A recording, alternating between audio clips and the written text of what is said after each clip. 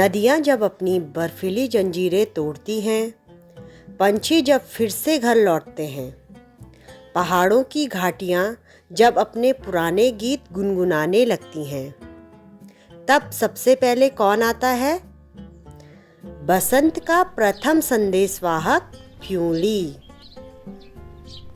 ये फूल केवल बसंत का आगमन नहीं बताते, ये बसंत को बुलाते हैं।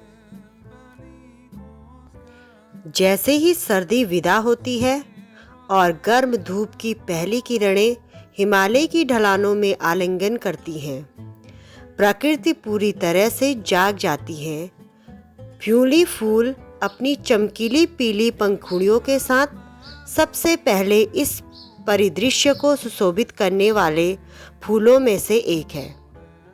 यह विशेष रूप से गढ़वाल के पहाड़ी क्षेत्रों में पाया जाता है और इसे बसंत के आनंददायक संदेशवाहक के रूप में जाना जाता है।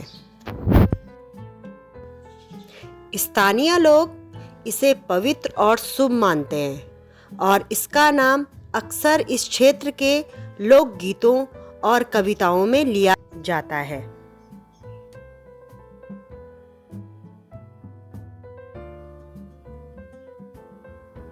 बहुत समय पहले इन पहाड़ों में फ्यूली नाम की एक लड़की रहती थी। उसकी आंखों में हिमालय की नीरवता और हृदय में झरने सी चंचलता थी। वह एक वीर योद्धा अरुण से प्रेम करती थी। अरुण ने वादा किया था कि जब बसंत लौटेगा वह भी लौटेगा, लेकिन युद्ध लंबा खिंच गया और अरुण कभी वापस नहीं आया। फ्यूली ने प्रतीक्षा की। साल दर साल ऋतु चक्र बदलते रहे, लेकिन अरुण नहीं लौटा। अंततः एक दिन वह पहाड़ की सबसे ऊंची चोटी पर चली गई, जहां से पूरी घाटी दिखाई दे रही थी। उसने अंतिम बार आकाश की ओर देखा और हिमालय की हवाओं में विलीन हो गई।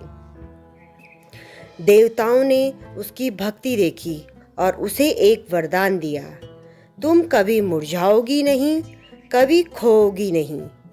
वे उसे एक सुनहरे फूल में बदल देते हैं जो हर साल पहले खिलता है, अपने प्रेमी के आने के इंतजार करते हुए।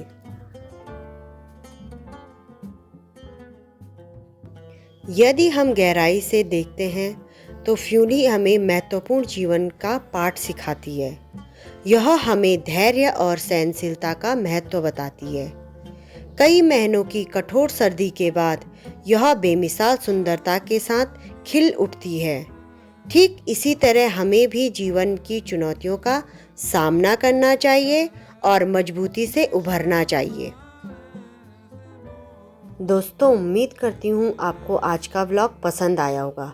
पसंद आए तो लाइक, शेयर एंड सब्सक्राइब करना बिल्कुल मत भूलिएगा और ऐसे ही वीडियो को देखने के लिए बने रहिए मेरे चैनल पे। तब तक के लिए जय बद्री विशाल।